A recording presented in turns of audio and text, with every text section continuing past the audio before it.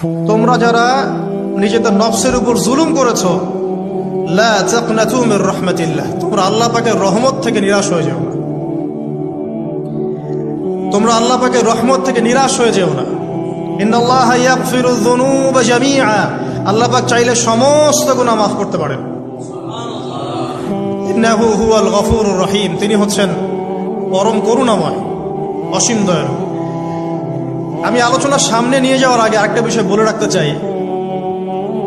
এই আলোচনাকে একপাক্ষিকভাবে একপেশেভাবে বুঝে নেওয়ার কোনো সুযোগ নাই।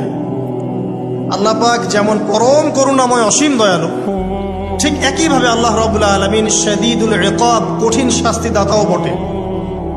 এই দুটো বিষয় মাথায় রেখেই আল্লাহর রহমতের আশাও করতে হবে এবং আল্লাহ পাকের গজবের ভয়ও করতে হবে। এর মাঝখানেই হচ্ছে ঈমান।